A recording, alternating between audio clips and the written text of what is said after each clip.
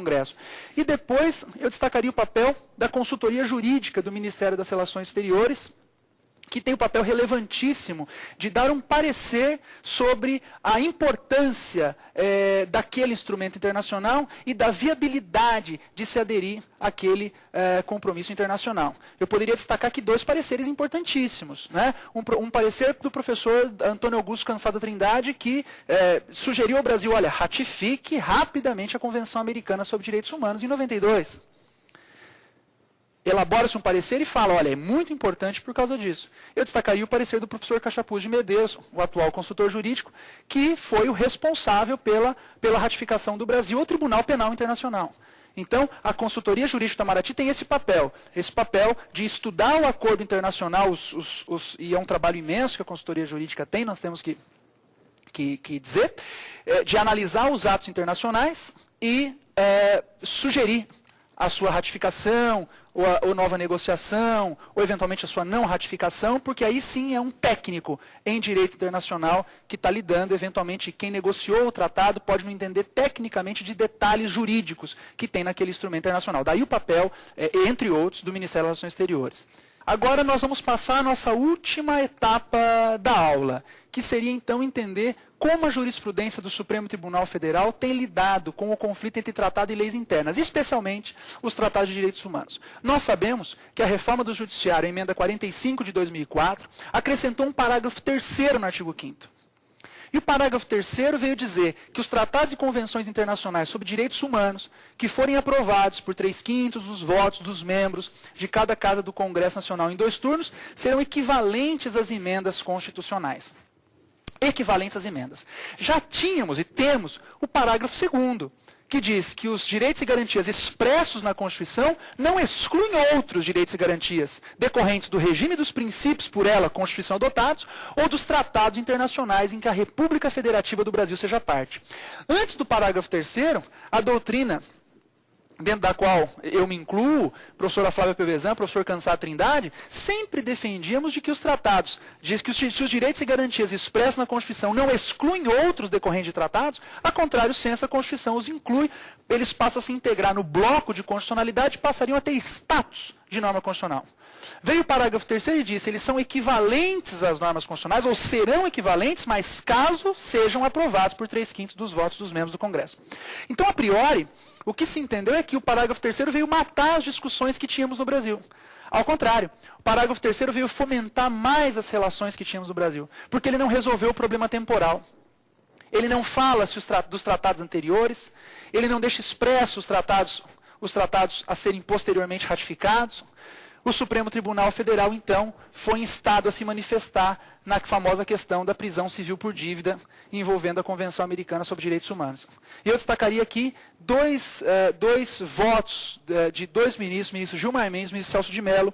O voto do ministro Celso de Gilmar Mendes no recurso extraordinário 466-343 de São Paulo e o voto brilhante do ministro Celso de Mello no HC 87585 do Tocantins. Esses dois votos brilhantes dos dois ministros, eles vão mostrar a seguinte posição do Supremo. Mas antes de falar dela, vamos falar da nossa.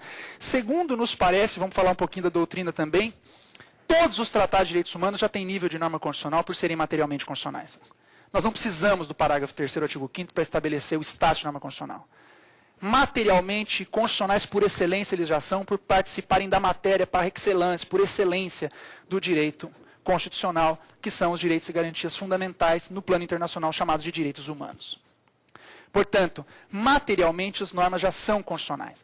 Para mim, a única serventia que teria o parágrafo 3º era formalizar os tratados internacionais, até engessando um pouco o nosso sistema, o que impediria a sua denúncia pelo presidente da República, porque isso não é possível emendar, nem por meio de emenda eu posso retirar um direito de garantia fundamental. Imagine-se por um decreto, por uma simples denúncia do presidente da República, feito um ato simples, administrativo, pudesse então ter o valor de retirar aquilo do plano interno que estaria constitucionalizado com equivalência à emenda.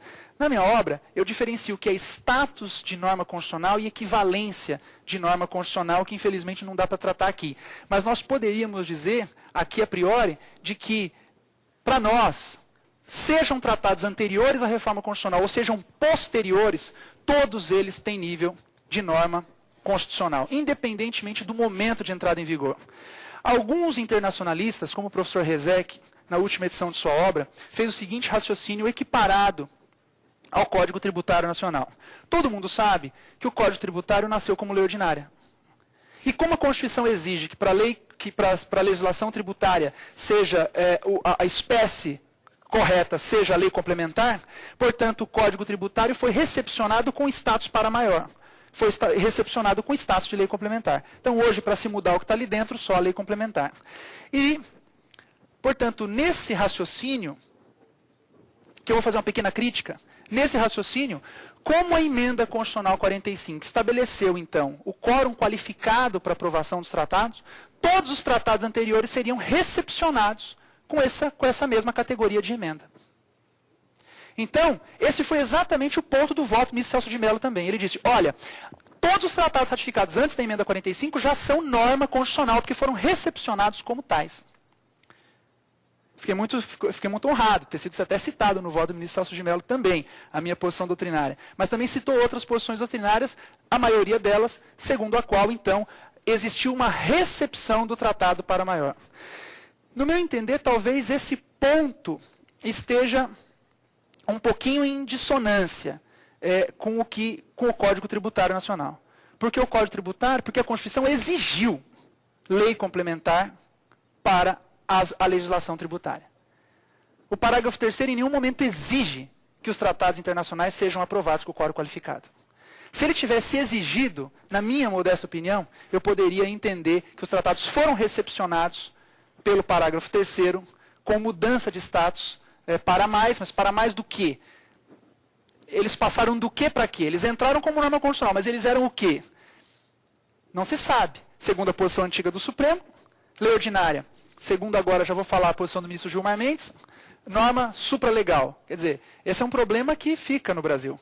Ele, parágrafo 3º, hierarquizou, mas ele veio do quê? Ele veio de uma lei ordinária, ele veio de uma norma supralegal, não se sabe muito bem. A priori, ele passou de lei ordinária, que era a posição do Supremo Tribunal Federal, para nível de norma constitucional. Portanto, esse raciocínio não me parece correto equiparar a questão do Código Tributário, dessa mudança de status para maior, porque, segundo entendemos, a própria Constituição já deixa claro que os tratados têm nível materialmente constitucionais, então aí, na minha opinião, quer os tratados anteriores, quer os tratados posteriores, seriam com status de norma constitucional, o que seria diferente de equivaler uma emenda constitucional. Nesse caso, engessaria o nosso sistema, o que impediria até a denúncia do presidente da República. Então, talvez, o voto do ministro Celso de Mello foi brilhante. Eu diria que ele poderia ser brilhantíssimo se ele dissesse, olha, não só os tratados anteriores, mas quaisquer tratados têm nível de norma constitucional pelo parágrafo 2º do artigo 5º da Constituição. Essa foi a maior posição, a maior vanguarda do Supremo Tribunal. Foi a melhor mudança de paradigma do Supremo que se pôde ter foi o voto do excelentíssimo senhor ministro Celso de Mello. Mas antes dele, o ministro Gilmar Mendes já tinha dado um grande passo. Nós estamos discutindo aqui uma pós-modernidade no Supremo Tribunal Federal. Já tinha dado um enorme passo em colocar os tratados no nível supralegal. E o raciocínio do ministro Gilmar foi, ora, se a Constituição se dignou a colocar um parágrafo 3º dizendo que os tratados podem ser equivalentes à emenda se aprovados com o quórum qualificado, isso significa que lei ordinária eles também não são. Porque eu não posso saltar da lei ordinária para a emenda constitucional. Portanto, eles têm que estar num patamar, não se sabe mais ou menos qual, mas num patamar intermediário entre a norma constitucional e a lei ordinária. Portanto, depois do seu longo voto e brilhante, o ministro Gilmar coloca os tratados no nível supralegal. O que as duas posições têm de comum? E isso é que nos interessa. É isso que está valendo agora. É que tanto uma posição quanto a outra coloca os tratados para cima das leis ordinárias. O que significa que as normas do ordenamento interno, a produção normativa doméstica, tem que respeitar agora dois limites para terem validade. E aí não falamos mais em vigência e validade como positivismo legalista clássico. Falamos em vigência e validade agora seguindo Luigi Ferraioli na Itália, em que o tratado de acordo com a Constituição pode até estar vigente, perambulando nos códigos, nos compêndios de vocês. Mas se for incompatível com o tratado, não será válido, portanto ineficaz.